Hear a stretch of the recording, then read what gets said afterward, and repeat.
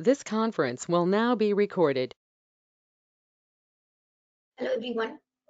The first step of metallurgy, concentration of ores, and under this heading we have already seen some processes. So today we'll start number 5, which is leaching. Before leaching we have already seen 4 processes. Okay. And after this concentration of ores, the second important step is isolation of the metal by some reduction method.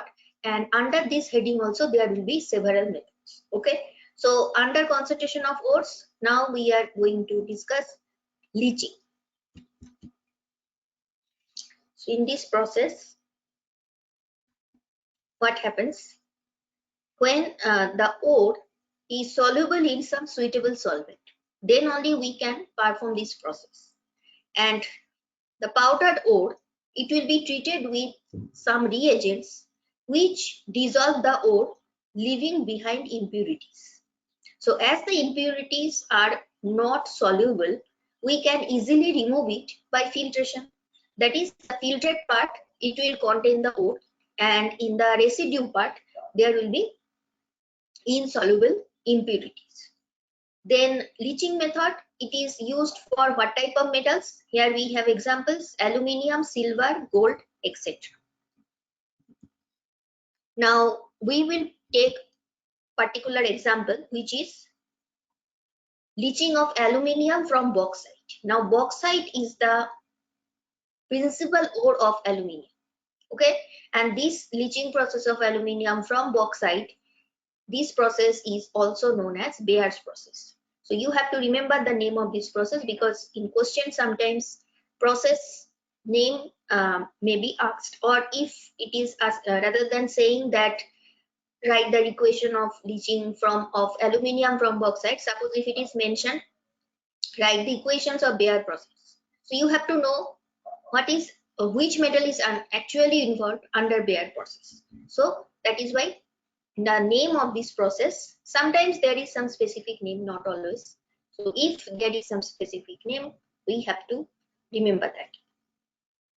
Now here the impurities is silica, then iron oxide, then titanium oxide. So all these are impurities that we have to remove. Now these impurities can be removed by making use of the amphoteric nature of alumina. Now bauxite, it mainly contains, that is the main composition is Al2O3, which is known as alumina. Now alumina, it is amphoteric in nature. That means it can react with acidic substance as well as it can react with basic substance. And we will utilize this property of Al2O3 for the removal of the impurities from this bauxite ore. Powdered bauxite, that is powdered ore, it will be first treated with aqueous solution of NaOH at this temperature. Okay, NaOH, it is basic in nature. So first there is reaction with the powdered bauxite and NaOH. Pressure is very high. See the value 35 to 36 bar. It is very high value, and it is continued for very long time. Fine. Now alumina, which is present in bauxite, it dissolves forming soluble sodium aluminate. So what, as it is mentioned in this box, that we will add some reagents which will dissolve the ore, but impurities will not be dissolved. Okay, so here our required part is Al2O3, which is present in bauxite. So it will dissolve because it is a required part, but the impurities, that will not dissolve. So after dissolution, it will form soluble sodium aluminate, and this process is also known as digestion. Now we will see the equations. Al2O3 reaction with NaOH, water is also there because it is NaOH solution. This is the temperature, and we are getting sodium meta-aluminate. Sometimes you may see in some books it may be mentioned that sodium aluminate is formed, which is having formula NaAlO2. And sometimes it may be also the mention of sodium meta-aluminate. See, these two compounds are basically same. Only difference is this is anhydrous in nature, but if you add water molecule to it, then it will be sodium meta-aluminate. So this is the hydrated form and this is the anhydrous form. That is the only difference. Otherwise, these two are actually same. And this NaOH, it is reacting with the undesired part and it is forming sodium silicate. And sodium silicate, it will be removed because it is not soluble. Fine. Now this sodium meta-aluminate, or you may say sodium aluminate, that we have obtained. Now we will do some more steps with this compound. The sodium aluminate or sodium meta-aluminate that is present in the solution, because it is already dissolved. It is not in insoluble form. Okay, it is soluble. And it will be now neutralized with CO2. Now CO2 is acidic oxide because it is non-metallic oxide, and mostly non-metallic oxides are acidic in nature. Now we are treating it with acidic substance. See, as we have said in the previous slide that we will utilize the amphoteric nature of Al2O3. So in the first equation we have treated it with NaOH, that is basic substance, and now we are treating it with acidic substance. Okay, and after reaction what we are getting?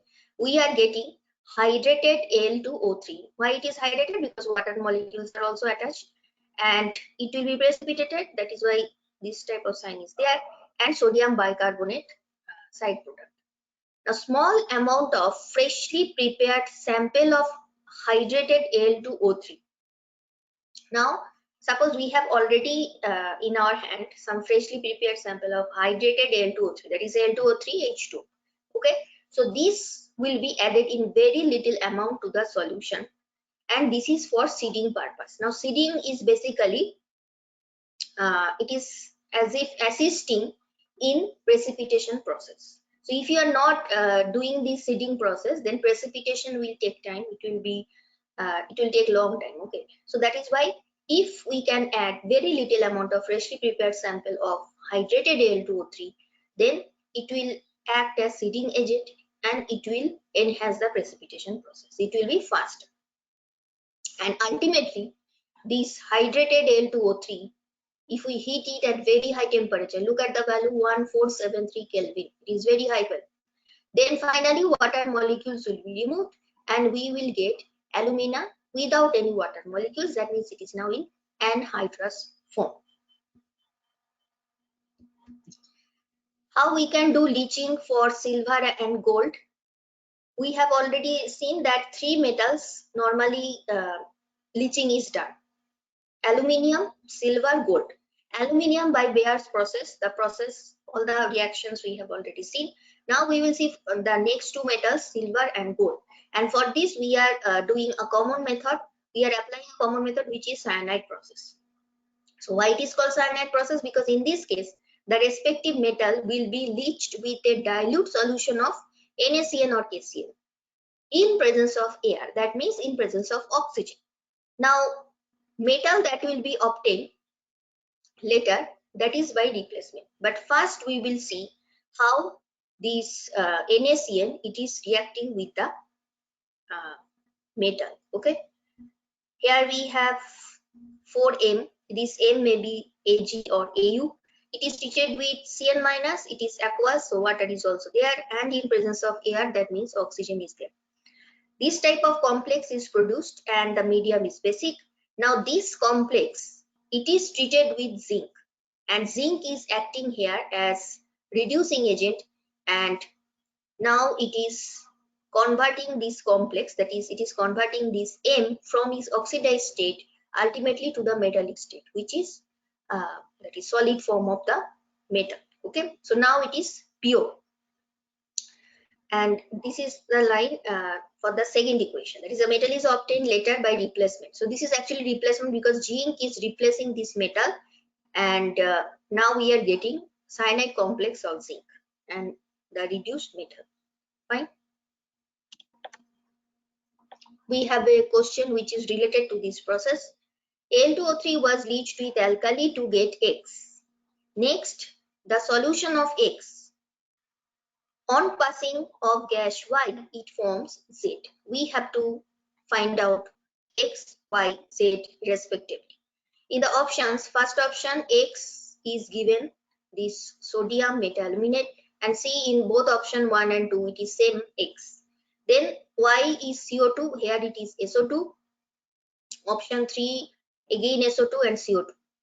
Then Z, this is the hydrated alumina, this is anhydrous, this is also anhydrous, this is again hydrated. And option 3 and 4 X is aluminium hydroxide.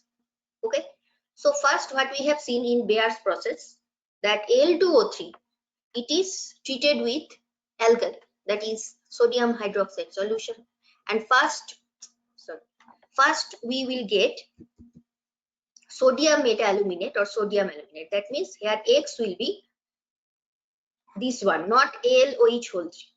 So this is not correct. So option 3 and 4 we can cancel. These two not possible because X cannot be aluminium hydroxide. Okay, it has to be between option 1 and 2. And remember, in the next step, what we do, sodium metaluminate, we are treating it with carbon dioxide, which is acidic substance.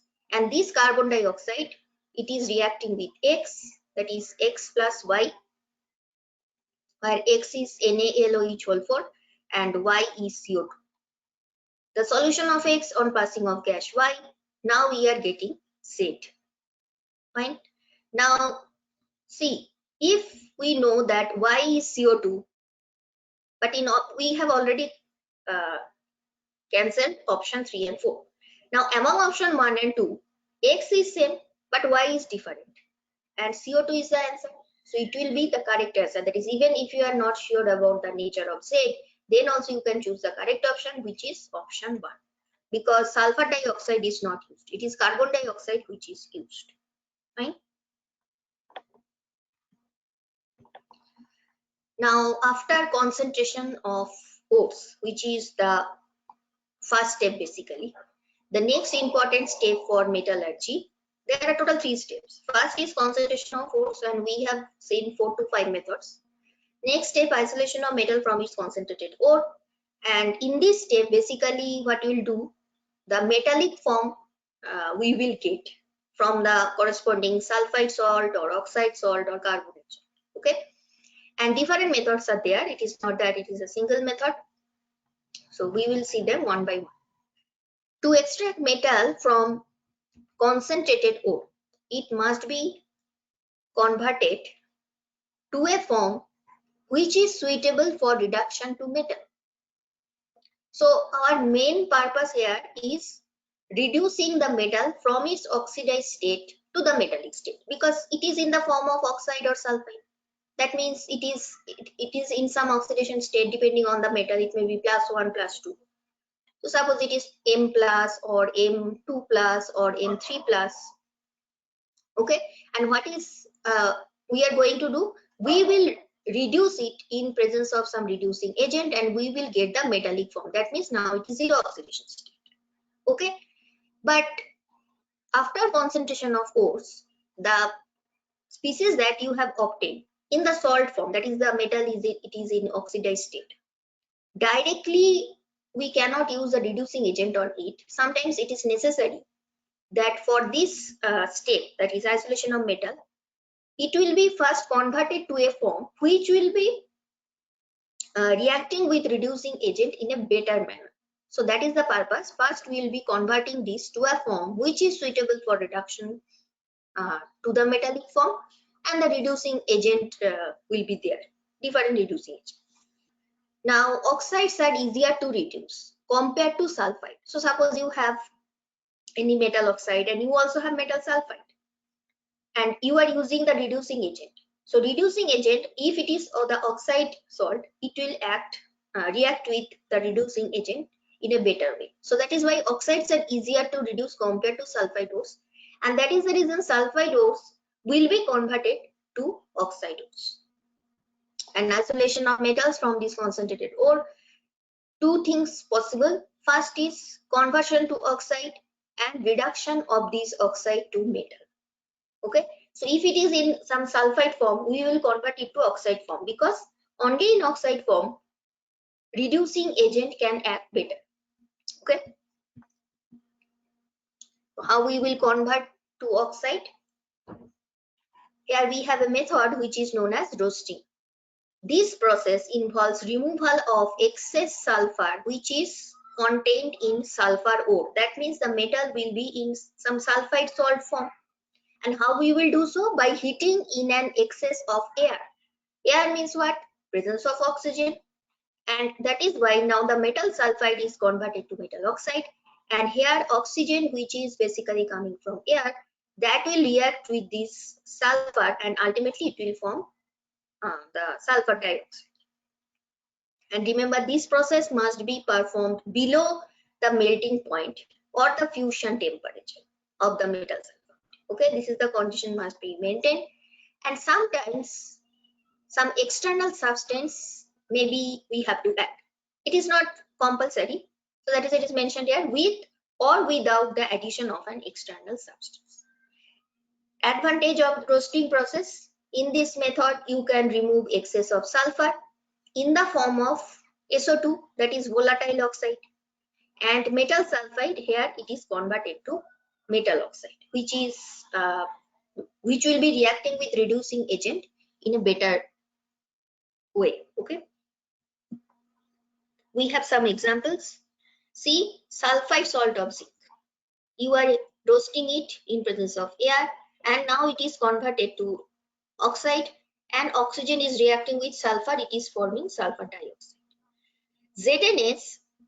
See, this is one equation, but if it is reacting with oxygen in this mole ratio, now we are getting a different product, but this is not desired reaction. Okay, so we have to be careful about the condition. The condition should be such that only this type of conversion from sulfide to oxygen, not sulfate, we get. That should be the purpose.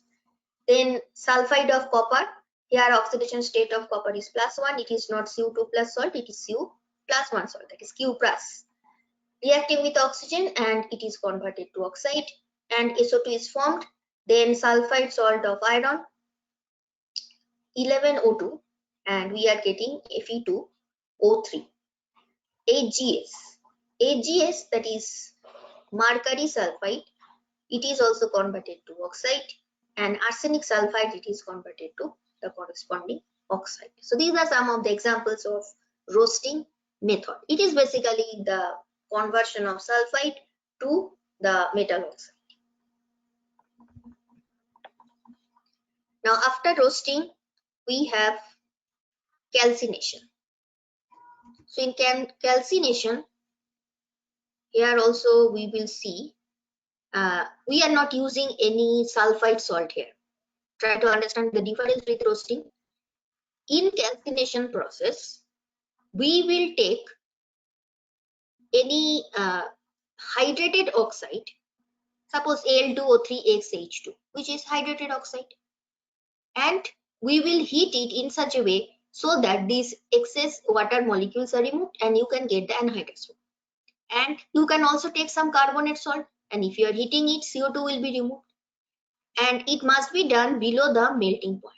So basically in calcination, we have started from hydrated metal oxide or some carbonate salt, but not any sulfide. Sulfide is only in roasting process. What are the advantages here? We can remove moisture, that is H2O removal. Then organic matter is destroyed because it is carbon is removed in the form of CO2. And hydroxide and carbonate ores are converted into their oxide. So in this method, what type of compound we have started with? Hydroxide, or you can say hydrated metal oxide and carbonate ores. And in case of roasting, we have started with sulfide. So this is the difference between calcination and roasting. See some examples. Al2O3 2H2. So this is the hydrated form of aluminium oxide, and after calcination, that is basically heating, these water molecules are removed. And you can also take some hydroxide salt, that is aluminium hydroxide. Here also after calcination, we are getting the anhydrous Al2O3. Similar type of example, Fe2O3 dot 3H2. But now we are getting anhydrous form. Next we have taken some carbonate, calcium carbonate. And the next example, calcium carbonate, MgCO3, both are present simultaneously. And after removal of these carbonate in the form of CO2, we are getting oxide. So basically we are getting oxide starting from hydroxide or carbonate or hydrated oxide. These three are also carbonate, and in each cases we are getting CO2. It is removed in the, because it is gaseous, it will be removed easily, and the corresponding oxide of the metal. Fine.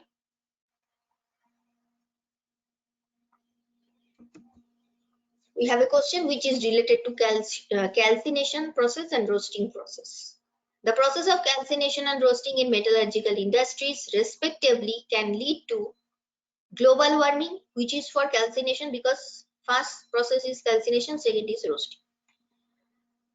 Calcination, it is causing global warming, and roasting is causing photochemical smoke.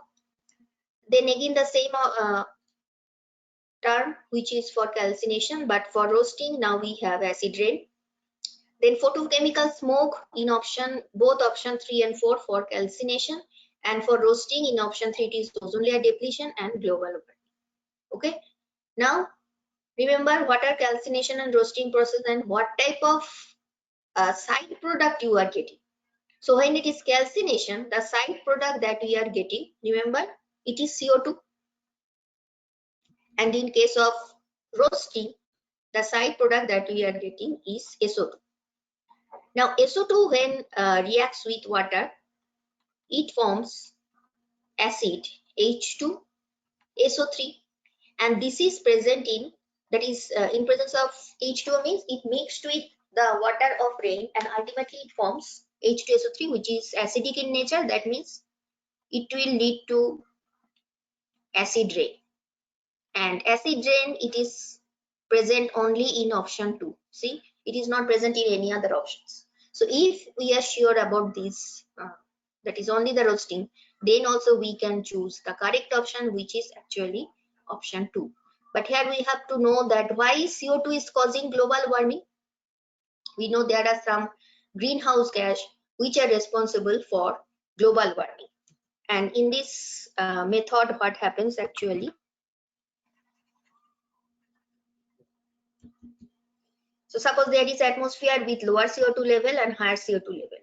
When there is lower CO2 level, sunlight warms the earth's surface, okay, and heat is trapped by CO2 in the atmosphere, but some heat can be escaped. But when CO2 amount is very high, what will happen? Most of the heat will be trapped by the CO2 and very less amount will be escaped. So as a result, the temperature of atmosphere will be high, which is not good for us. Okay, so this is causing global warming. Correct option is option 2. The pair that does not require calcination. Here we have combination of ores. In the first option, it is oxide of zinc and Mg, then zinc and hydrated Fe2O3, that is iron oxide, then zinc carbonate CaO, Fe2O3, CaCO3.MgCO3. Now calcination not required. And so if we want to answer it, first we have to know in calcination what we do. In calcination we start from hydroxide salt, or we may start from oxide with water molecules, XH2, or we can start from metal carbonate. And in each case what we get oxide. Hydroxide is converted to oxide, then oxide dot XH2 it is converted to anhydrous oxide, and metal carbonate, that is also converted to oxide. But if any salt, it is already in the oxide form, you don't have to do any calcination process, right? So that is the reason. See, only in option 1 you have both these are actually oxide. It is not hydrated oxide, it is not hydroxide, it is not carbonate. But if you look at the other options, in option 2, the first one is oxide, it is fine.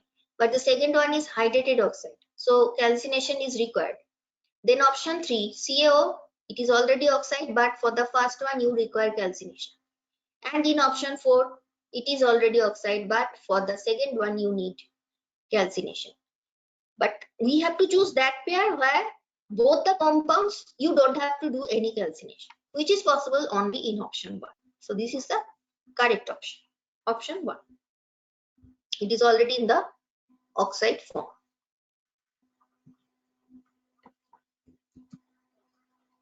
Isolation of the metal from its concentrated ore. We are continuing this. We have already seen how we can convert the sulfide, carbonate, hydroxide to the corresponding oxide. Next, what we are going to do, now we will do the reduction process of this oxide. Okay, and for reducing agent, what we mainly take, it is carbon or carbon monoxide or any other metal. The calcined or roasted ore, it means after calcination and roasting process, the ore that you are getting, that will be reduced to the metallic state. That means now it will be converted to metal in zero oxidation state, and it will be heated with reducing agent, and reducing agent may be carbon, that is charcoal, coal, etc., and it may be also carbon monoxide, but not CO2, because CO can act as reducing agent, because the fate of CO will be, it will be converted to CO2.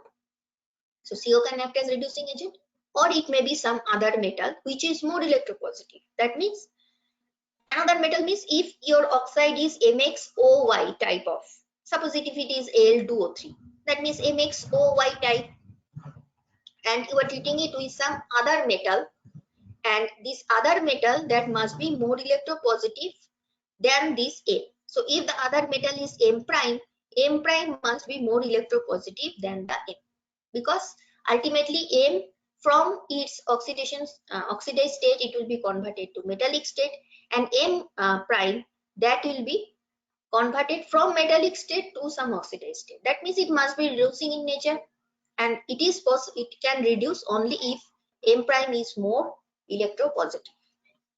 So this is the reaction.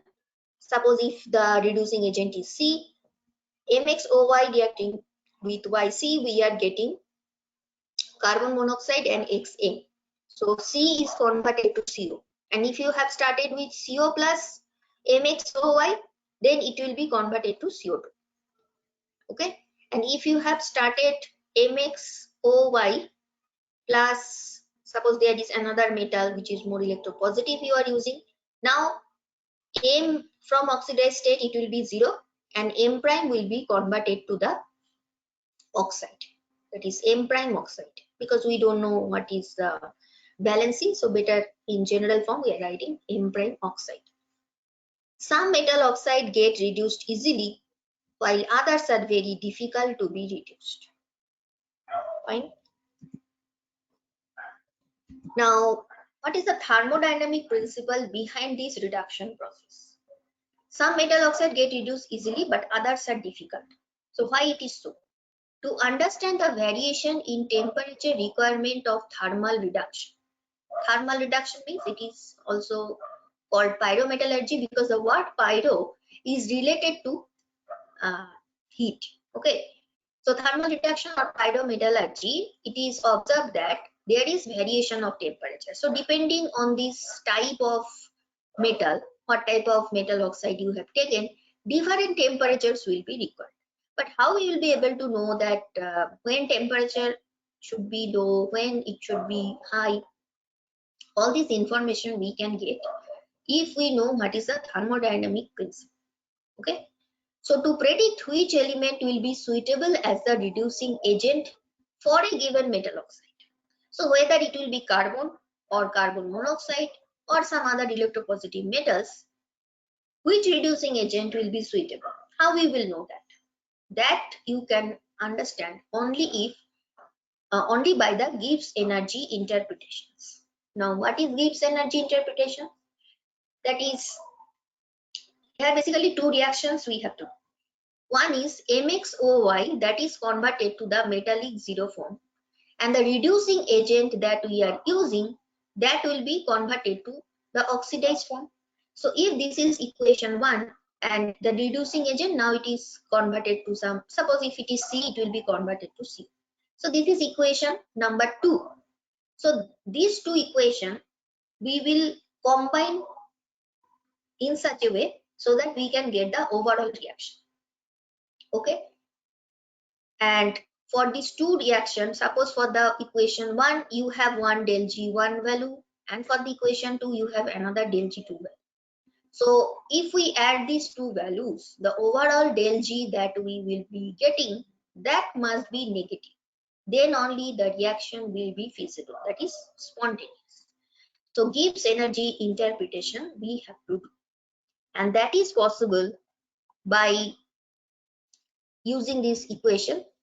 Okay, that is del G, it is related to enthalpy and entropy by this equation. And here we will use a diagram which is known as Ellingham diagram. In this diagram, we will basically take del G in the y-axis and T in the x-axis. And you can compare this equation with y equal to C plus mx. So this is actually the intercept and T is x. So minus del S, that will be the slope. Okay. So compare with this type of equation. There is intercept and there is slope. Del G will be in y-axis and temperature will be in the x-axis. So this is basically del G versus temperature graph. Okay, that is known as Ellingham diagram. And from this diagram, we will be able to predict what type of reducing agent will be suitable for metal oxide MXOY.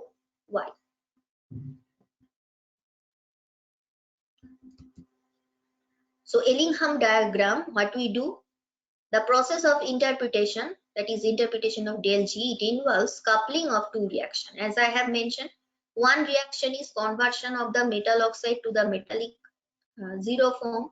Another reaction is reducing agent will be oxidized.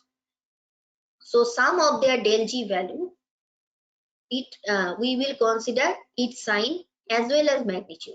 So sign must be negative, and higher is the, that is if more negative the value of del G, better will be the reaction. Suppose del G value is minus 50 joule and minus 100 joule. So in both cases it is negative, but which is more negative? This is more negative. That means if when del G value is becoming more and more negative, the reaction will be more spontaneous. Okay. So this diagram, it will help us in predicting the feasibility of thermal reduction of an ore. So this is del G versus T plot for the formation of oxide per mole of oxygen consumed. So see here the equation that we have written, it is 2x moles of capital M plus 1 mole of oxygen, because it is, the graph is for per mole of oxygen. So this is 1 mole of oxygen, and for this we have taken 2x moles of M. And what you are getting after oxidation 2 MXO. Okay, so this is the metal oxide, that is MXO. So here metal from zero state, after oxidation it is converted to oxide. So what we are doing here, we are reducing it. That means the reverse reaction you have to consider. So the reverse reaction will be reduction, because from MXO now we will be getting the metallic M. So this is obviously the reverse reaction. So for each species, first we will consider this type of equation, that is formation of oxide per mole of oxygen consumed. And if you look at this graph, see, we have taken del G value in kilojoule per mole for oxygen. So oxygen must be 1 mole. Under that condition, the del G value that you are getting, you will only take those del G values. And in the x-axis, we have temperature. Here both centigrade and the corresponding Kelvin values, both are given. So when it is 0 degrees centigrade, it is basically 273 Kelvin, right? And as you can see, different lines are there. Okay, and in each case the slope is, it is moving upward. Only this line it is moving downward. Okay, and in each line there is also intercept. So just for example, if I take this line, this value is the intercept. Remember the equation, del G equal to del H minus T del S. So intercept is basically the del H value, and it is mostly negative, because the del G values that you are seeing here in the y-axis, minus 1200 up to 0. So all these are negative. Okay, and slope is positive. But in the equation you have seen it is minus T del S. Then why it is, how it is positive?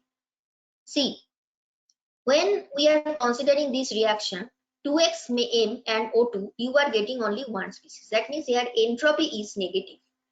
Now look at this previous equation. Entropy negative, that means del S is negative. So the negative and negative, it will be cancelled. So ultimately it will be del H plus T del S. That means ultimately the slope is becoming positive. It is plus del S. Okay. So that is why in the graph you can see the slope is always moving upward. And here you will find both metals as and also carbon. That is carbon, it is consuming oxygen and it is oxidized to CO2.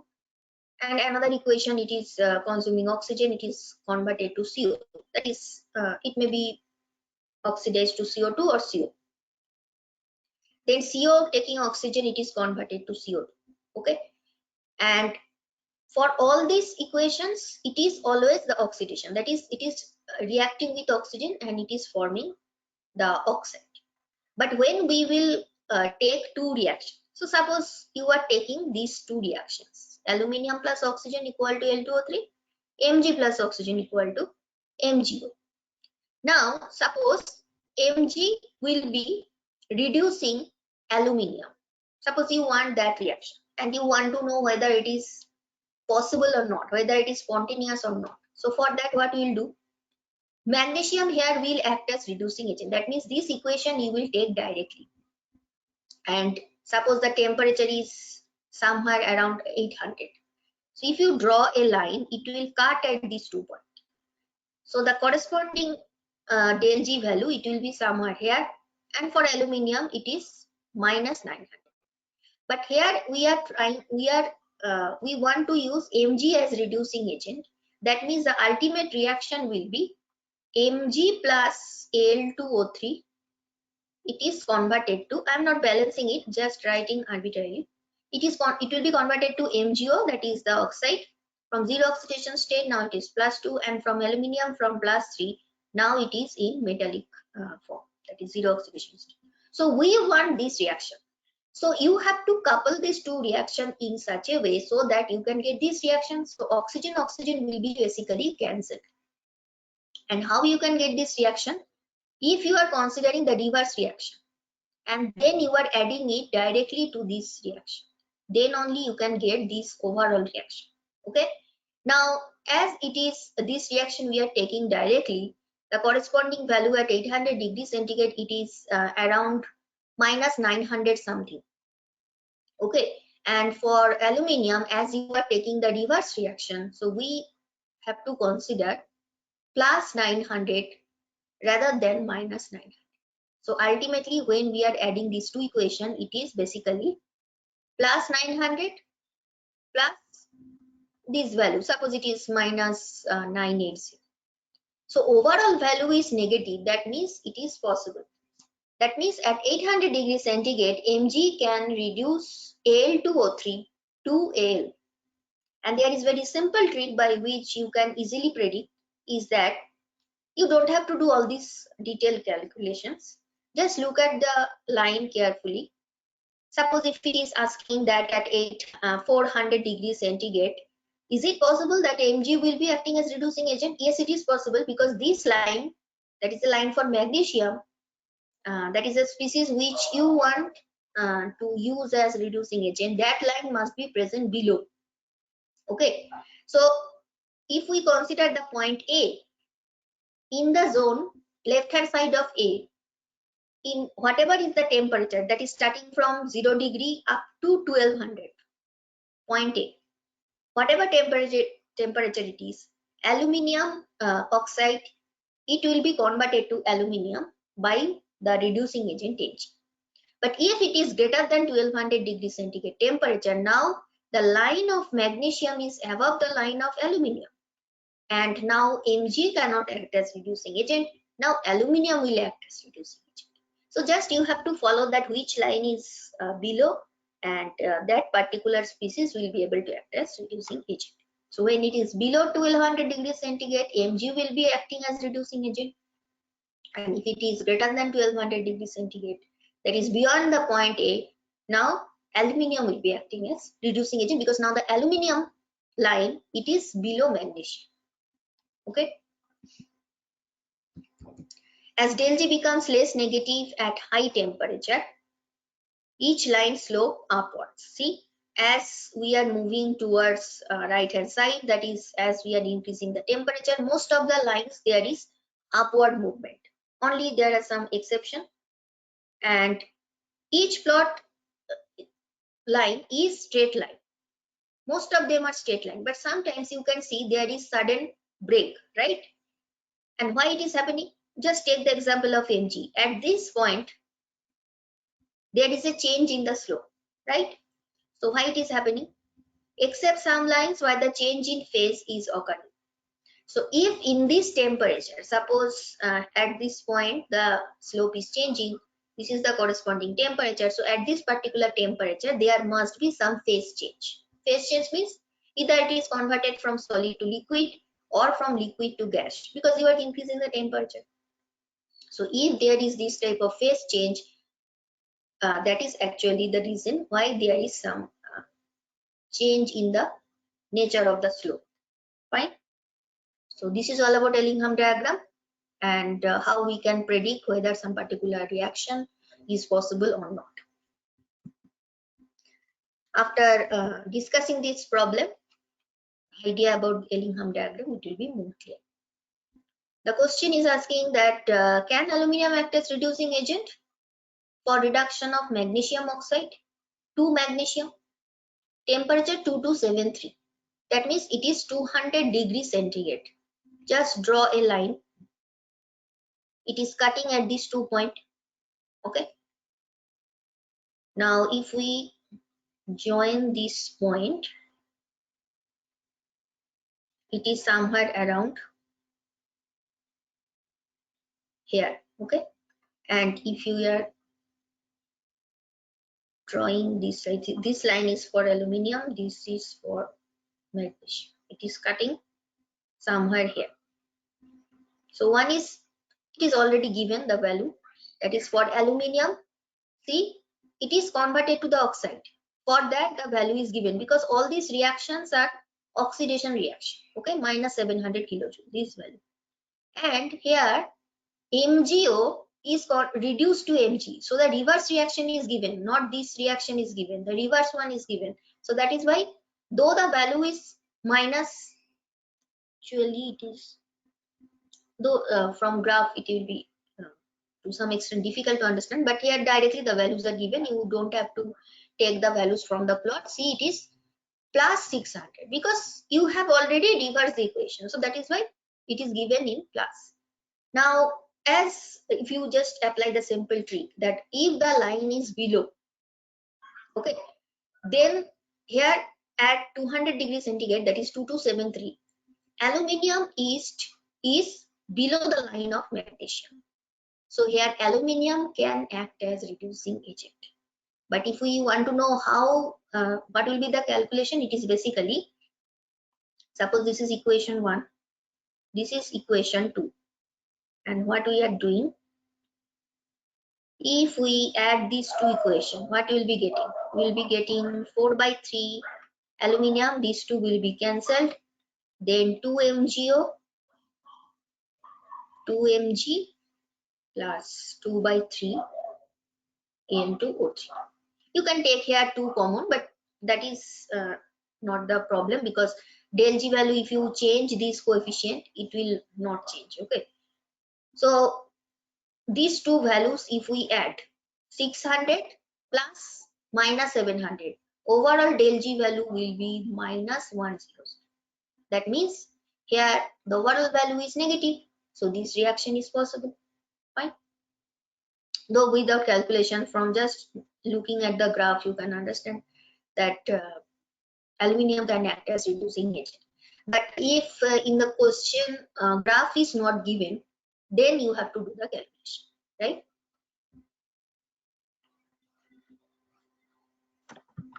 Another temperature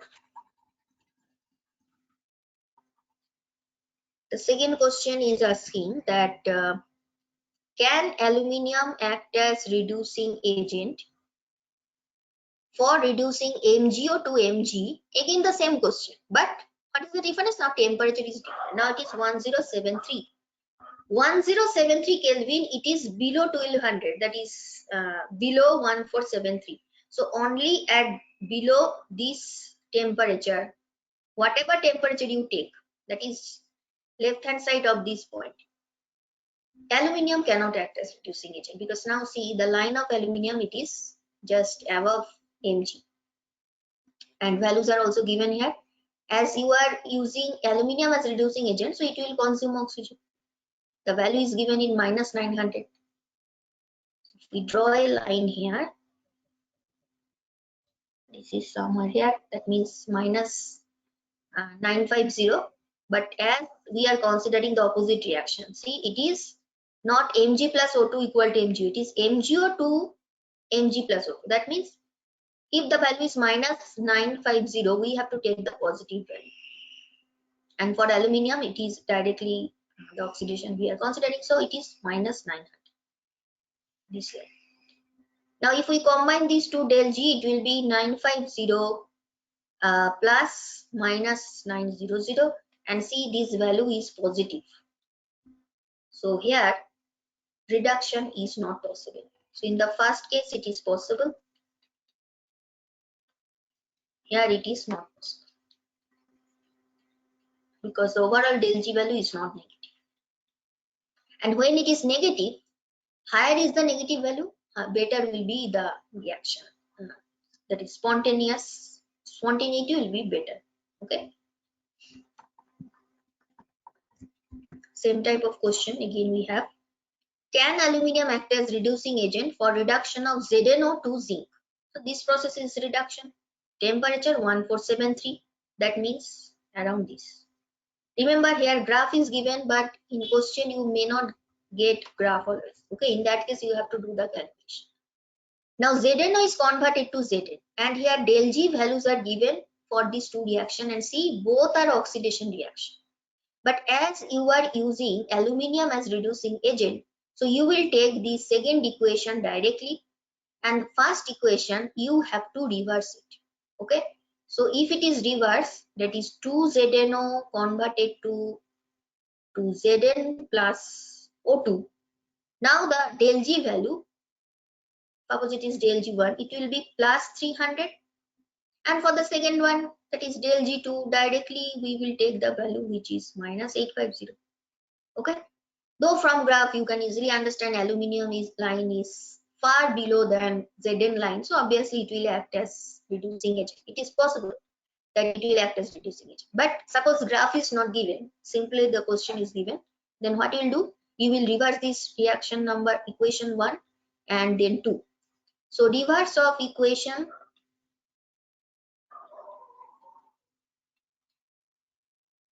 plus equation 2, that means 300, which is del G1, and minus 850, which is del G2, and overall value is minus 550. So here it is negative, so this can act as reducing agent, so it is possible. And see, higher is the gap between these two lines. The gap is very high. In the previous graph what you have seen, the gap between these two lines is not so high, but here the gap is very high. So look at the value, this is also very high. Okay, in the previous case also we are getting negative value, but it is simply minus 100, but here it is minus 550. In both cases it is spontaneous, but if it is the question that in which case it is more spontaneous, obviously it is here.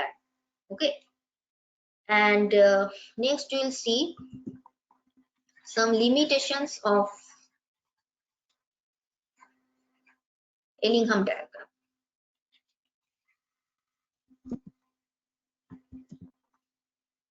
Just let me write it, del G1 plus del G2, which is overall del G, 300 minus 850, overall del G minus 5. It is possible. What are the limitations? Ellingham diagram is based on thermodynamic concept, right? So it is not possible that you will get some kind, will be the kinetics for the reaction. That idea you cannot get. It is all about whether the reaction possible or not. That is thermodynamics. In thermodynamics, you cannot predict whether the reaction will be very fast or slow. You can just predict whether it is possible or not. So suppose there is a equation, and from thermodynamics we are seeing that del G value is negative. That means it is possible. But whether it will take 30 minutes or whether it will take 1 day, that is 24 hours, that idea we cannot get. So even if the reaction is possible, suppose it is taking 7 days, then it is really not possible to continue this type of reaction, okay, because it is taking so much time. So that is the reason kinetics you will not be able to know. You can only predict the possibility. It simply indicates whether a reaction is possible or not, but not the kinetics.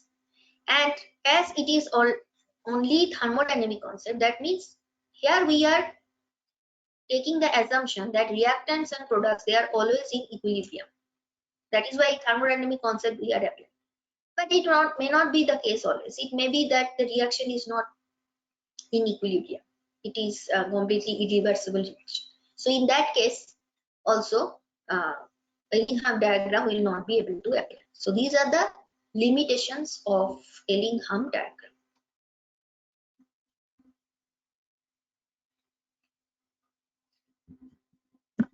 Next,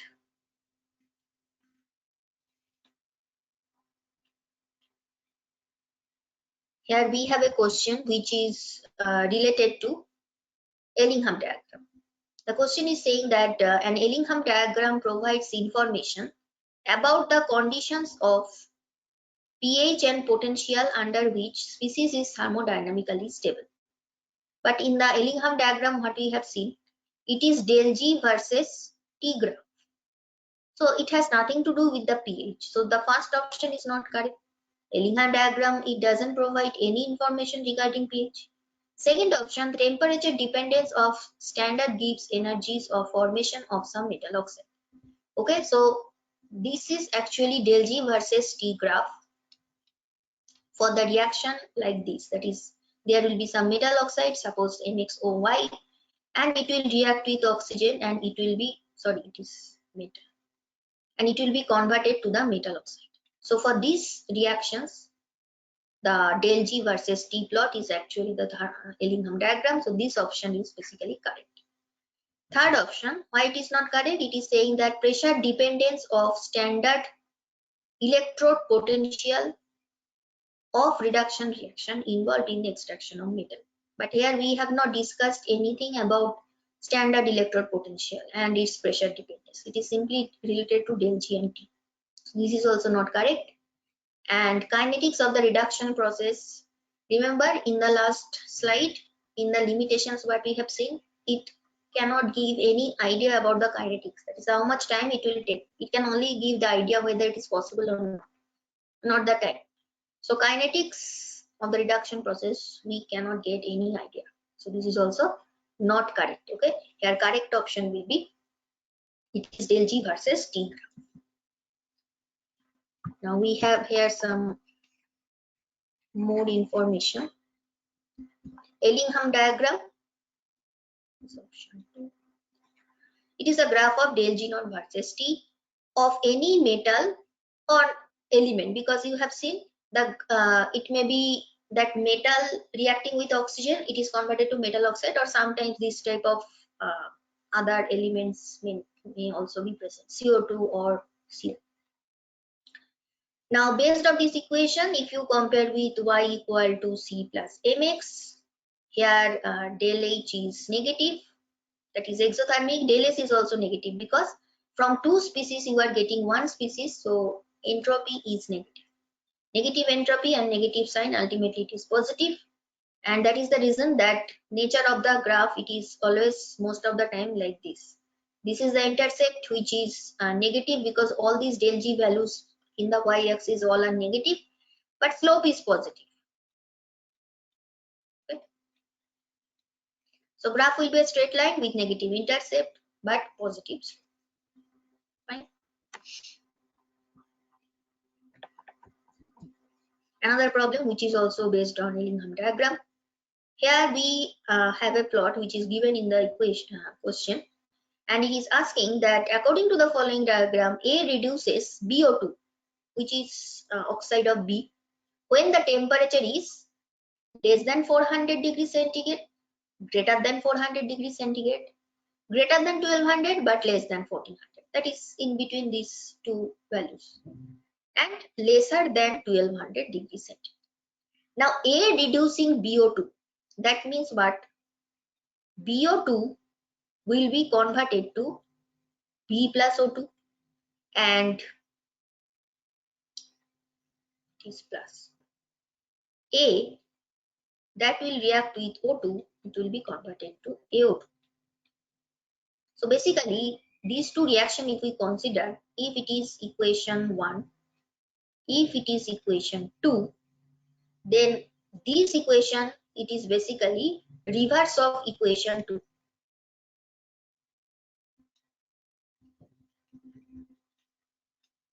Okay. Now this is the point at which these two lines are cutting each other. Okay. So if it is below 400 degrees centigrade, the line of B, it is below A, but above 400, the line of B is above A. So only if we want A to act as reducing agent, it must be greater than 400, because only when it is greater than 400, the line of A, it is just below B. Okay, so that is the reason. Answer will be this one, but what is the actual calculation if we want to know? See, if we consider any temperature greater than 400, okay, so suppose if considering 1500 like this, so this is the point. So at this point it is cutting somewhere here, and it is around minus 900, and for this one it is somewhere cutting here, that means minus suppose 1200, but we are considering reverse of this reaction, so that is why it will be plus 1200. Now plus 1200,